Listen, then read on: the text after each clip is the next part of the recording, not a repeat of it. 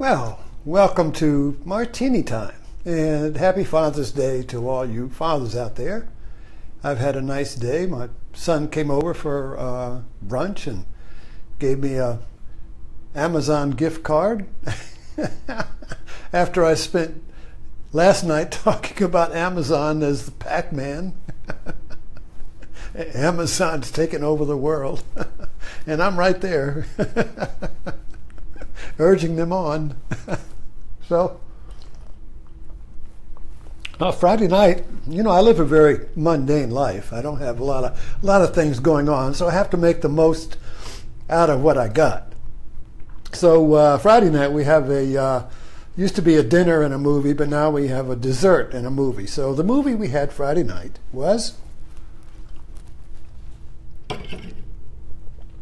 one of a box set of Cary Grant movies. Now, you can't read that, but it's Night and Day. Cary Grant as Cole Porter. You can see that.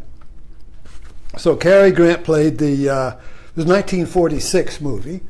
So you remember how those movies were after the war. Color was just coming out, or it's been recolored. I don't know. Maybe it was in black and white. But there are a lot of the romantic movies where Cary Grant was a great romantic actor, good romantic timing. And this Cole Porter movie was about the life of Cole Porter. And I found it fascinating because, I just forgot something. I'll be right back. I forgot my... Don't go away, don't go away.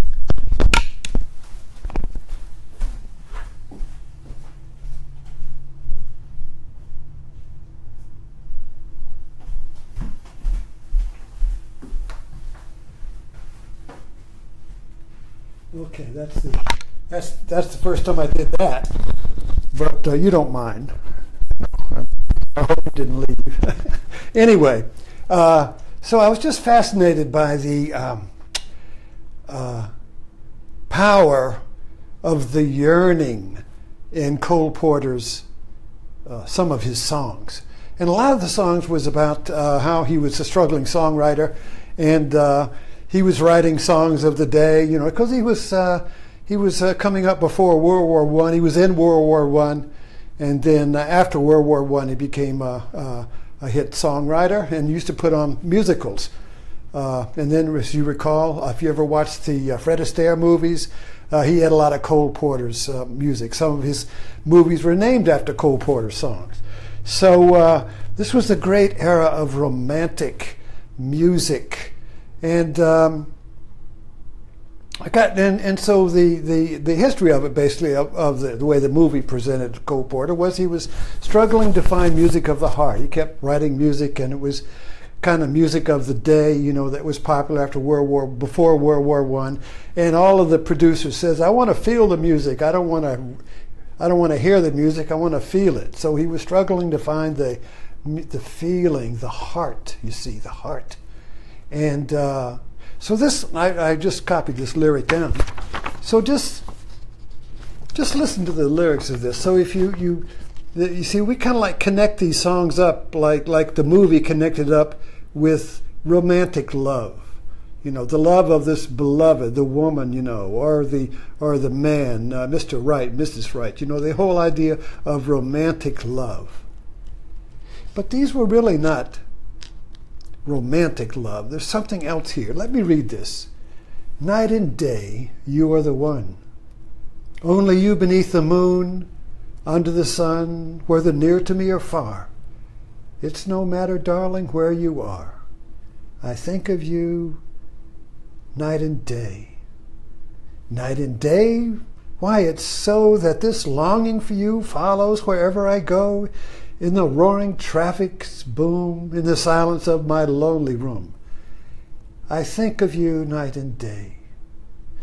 Night and day, under the hide of me, there's such a hungry yearning, burning inside of me, and this torment won't be through, till you let me spend my life making love to you.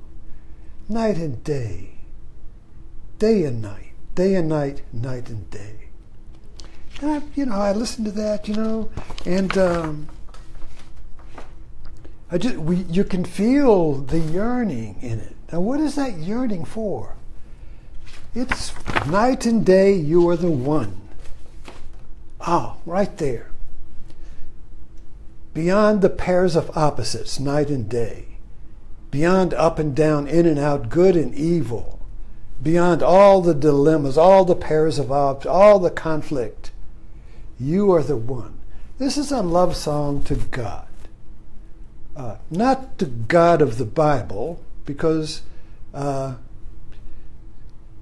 God is not the one. This is the one that is universal one of all religions and all non-religions, secular and religious. It's the one that transcends all of the night and days. The one that transcends all experience. The one that transcends the experience or knowledge of the world. This one is calling us. This yearning, this yearning. So the poems, these songs were poems, and they reminded me of the mystical love songs of the mystics of the Middle Ages, St. John of the Cross, and all of these mystics wrote love songs to God. And if you go to the Hindu religion, you have the love songs to the beloved. All of these, and many of the love songs of the Persian Hashish and Rumi. These the poetic love songs to God as the one, as the beloved, as the friend. You see, so this was our American mystical. Not all his songs, but some of them really struck the note. And I began to think, begin to see that, in our secular world, there is no. You see, the problem we have is that you have religion, and then you have the vast secular world in which you have religion, and God is kind of like possessed by the religion. So, if you're an atheist or you're secularist or humanist or something, you're kind of like excluded from God talk, because you're beyond the pale. We got God, you don't have God. So, but the yearning is there, the yearning for the one, the yearning to be beyond night and day. And so this yearning, it's just overpowering in the sound, in the roaring traffic's boom, in the cities, in my silent room. I think of you night and day. You see, this is not for a mortal woman or man. It could be, but that is not the source of this yearning. This hungry yearning burning inside of me. This is the yearning of the poet for creation. This is the yearning to be. This is the yearning for my own unity, my own wholeness. This is the yearning for the birth of myself. This is the yearning for me as one instead of two, me against the world against me, night and day, busy traffic, lonely room. This is the yearning of the soul for its awakening. This is the yearning for realization, for awakening. And all of this, the beloved, and all of the romantic context, and all of the different metaphorical ways of expressing it, it's all the same yearning of the heart to be. It's the yearning of life to be. That's what life is. Life is yearning to be. There's a line that expresses this yearning.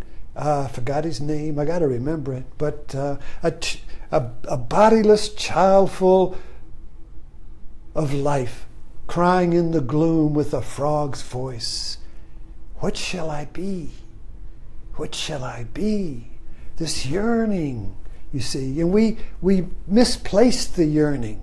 We say, "Oh, if I had that car, that would be the end of my yearning." Oh, if I get this relationship, if I get this house, if I get this job, you see. So all of this yearning gets subverted. Some product gets handed in our hand. So all of our advertising is designed to awaken this yearning. And then when it's awakened, you get a product. You say, here, how about some toothpaste? That'll satisfy you. If you notice how advertising creates this feeling.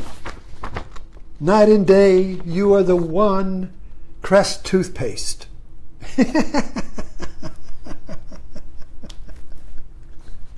In the silence of my lonely room, I think of you night and day.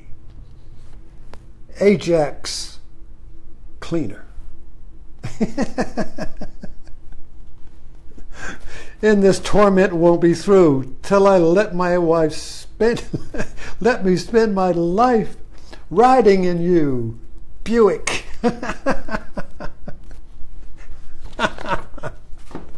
You get the idea? The heart longs for its beloved, and its beloved is expressed as you, but you and I are one, you see. So the beloved is always a way of expressing you as the beloved, but then we give the beloved form, like that woman, that man, you see. And then we have to possess that woman or man, and then it all falls apart because we have taken the yearning for the one and put it into a one person, you see. And it's lost the all. It's lost the one. It's lost the one that is beyond night and day, and it becomes just another thing in night and day, you see. So as once if you attach this yearning to a form and then try to possess the form, you're going for a crash, because the form cannot hold the one, the all, you see. The form cannot hold the all. So this yearning is for the all. This yearning is for awakening. This yearning is for the beloved that is expressed as you, but you and I are one as the one, you see. So the you is a mirror reflection of me. So another poem, another one, I got you under my skin. I've got you deep in the heart of me. So deep in my heart, you're really a part of me. I've got you under my skin. Now, if that isn't a mystical love song to God, as the beloved, who is pulling the mystic in, who is pulling the devotee in, like a fisherman pulls the fish into the boat. I've tried so hard, I tried so not to give in, says the fish, being pulled to the boat. I've said to myself, this affair never will go so well. So why should I try to resist when, darling, I know so well I've got you under my skin. So this yearning of the heart to be one, not with some object, but with the world. And that's the yearning of Adam for the garden that he's been exiled from. You see, Adam, this is mythological thinking now. So we're not talking literally, But so you think about, the myth of Adam and Eve. So they were exiled into the traffic's boom in the lonely room, yearning for the unity of the garden. Paradise lost, you see. So this is the yearning of people, of humanity in exile, wandering in the flatland, flatland of the world, in the barren wasteland, in the secular world of things and materialism and honking horns and neon lights, you see. And so we're all of this is very evident in our movies and our poetry and everything. And every now and then you come upon mystical poets like Cole Porter, who writes in the context of romantic love, but it's coming from the heart that speaks to the yearning for the one that's in all of us, you see. So that's why the songs are eternal, and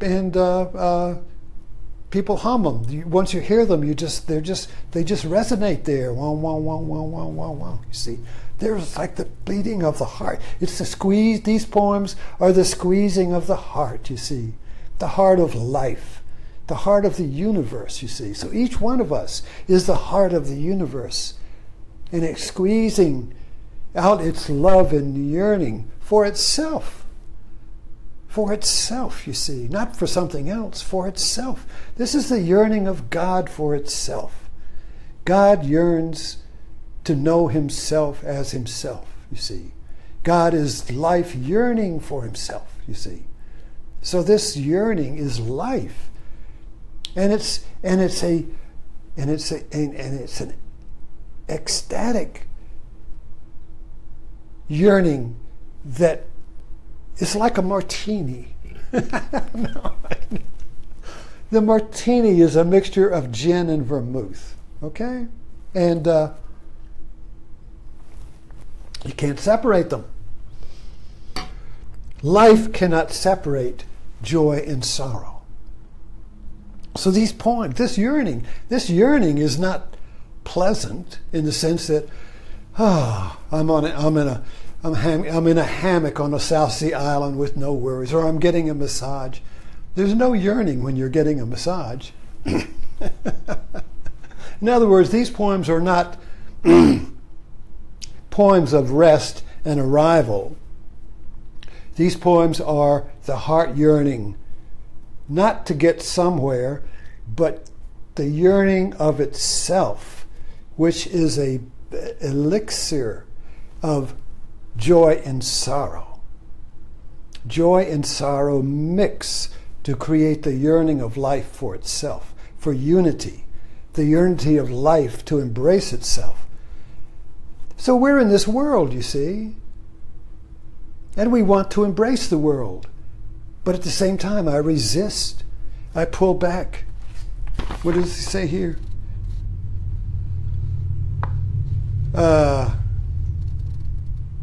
So why should I try to resist? So the poet is saying, I can't resist this. My ego, myself resists being one with others. My little self resists being one with the moment. I'm at a dance and I got my arms crossed. I resist jumping into the dance, like you see at wedding receptions. I need a little more liquor. You see, I resist being one with the group. I resist giving myself to the moment, you see. I resist. Yet I yearn. I yearn to be one with the moment. I yearn to be one with you. And yet I resist, you see. Oh, you little fool, why do you resist? Give in to the yearning. Surrender to the yearning, you see. So all these love songs, you see, they're very mystical.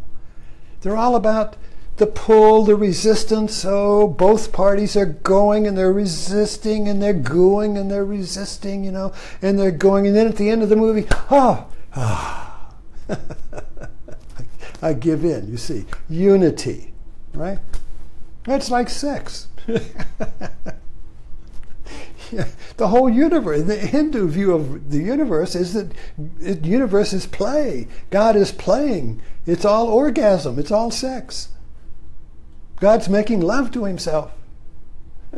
He's seeking himself. He's lost himself and he's looking for himself. God is looking for himself in the forms. The idea is that God creates the form. He becomes the form. He forgets he become the form. And so now he's yearning to awaken and come back together, you see, and discover himself in form. So it's kind of like we're all yearning to discover ourselves in the other. And of course, that's what we call love. Discovering ourselves in the other, you see. There's only one self. See? There's only one. Night and day, you are the one. Night and day. All the opposites, me and you. I and it. All this separation. You are the one. But the you is not a physical you. The you is me. The you is subjective, not objective. The you is I, thou. Now, Martin Buber created a whole philosophy of this. And he talked about I, it as being the objective consciousness of modern man. There's an I here, and everything's an it, including myself, you see. But there is an I, thou, which is I, thou is the two that's one. You see, the one, you see. Night and day, you are the one. Only you beneath the moon, under the sun, whether near to me or far, no matter, darling, where you are. You see, so this yearning for unity, when we realize what it is, follows us, draws us, you see. And we have to answer the call. This was what Joseph Campbell was talking about in all of his books, The Mask of God, The Hero with 1,000 Faces. He was talking about the call to adventure, the call of the hero, the call of, in the silence of my lonely room, I think of you night and day. In other words, this poet hears the call, and it's consuming him. It's calling him out of his separation. It's calling him out of his little me. It's calling him to unity, to life. You see, life is unity. Life is not separation. Life is one. So life is always calling to itself to greater unity. Inclusion, not exclusion. Opening, not exclusion, you see. So this is the call of life, of being, you see. And we can interpret it in any way we like. Romantic, God, all of these, Jesus, whatever we want to do. You see, but that's not what the call is. The call is to go beyond that. That's the night and day is experience. Everything you experience under the sun, everything you experience and know is under night and day. So this call is to go beyond that, you see. This torment won't be through till you let me spend my life making love to you. Being not making sex with you, being one with you. Day and night, night and day. So this yearning won't be, this thirst won't be quenched till I can be one with you night and day. Isn't that beautiful? Night, I've got you under my skin. I'd sacrifice anything, come what may, for the sake of having you near. I would sacrifice everything, all of my possessions, all of my yearnings, and all of my little goals and projects and possessions, everything. I'd give it all up to be near to my beloved, which is unity with life. Not some form, but unity. You see. And so this anyway, I just wanted to share the mystical beauty of these songs, these poems. They're poems put to music. That's what songs are. Poetry put to music. Somebody writes the lyrics and then somebody writes the music, you see. And combined, they make the heart soar, you see. So these are, I don't see any difference between these and the love songs of the mystics in the Middle Ages who were living in monasteries and writing poems to God with a sensual flavor, you see. Some of them got very sensual because they included the body.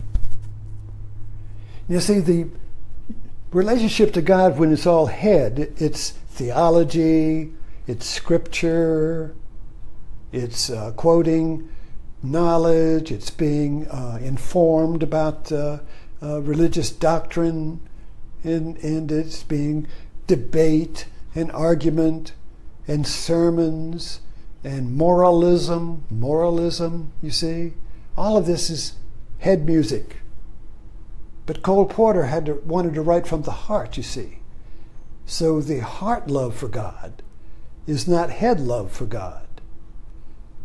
In heart love for God, the head gives in to the yearning of the heart. The head can't resist the call of the heart for unity, for life, you see, to be one with life.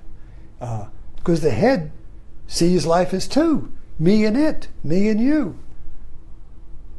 The head sees life as competition, struggle, trouble, problems, logic, analysis, thinking, you see. All of this is head stuff. All the heart does is yearn for unity. But don't let the head put a product in the hand of the heart. Don't let the head try to satisfy the heart's yearning by sticking a pacifier in its mouth like toothpaste. That's what advertising does. It awakens the heart and then sticks a product, a pacifier in there. Here, suck on this. How about some new deodorant? That'll make you that'll make you the beloved. You'll be so happy. So you see what the problem here is? The heart yearns and the head controls society. We live in a head world. Talking heads. So spiritual realization, spiritual awakening comes when the head surrenders to the heart and follows the call of the heart. And follows the call of the heart, you see, which is faith. The head wants to know where it's going. The head wants a plan. The head wants control. The head wants to be the authority. But the heart yearns. And these poems were all about the head giving up to the heart. The ego, the little self, says, I quit. I've got you under my skin. I've got you deep in the heart of me, you see? So deep that you're really a part of me. I've got you under my skin, under my head. I've got you under my thinking. I've got you under my ego. Don't you know, little fool, ego? You can't win. Give in. Surrender to life. Surrender to the music of life. Surrender to the song. Surrender to the heart, you see. Give in. You can't win. Surrender. Because I've got you under my skin, you see. So anyway, thanks for dropping in for this little exploration of Cole Porter.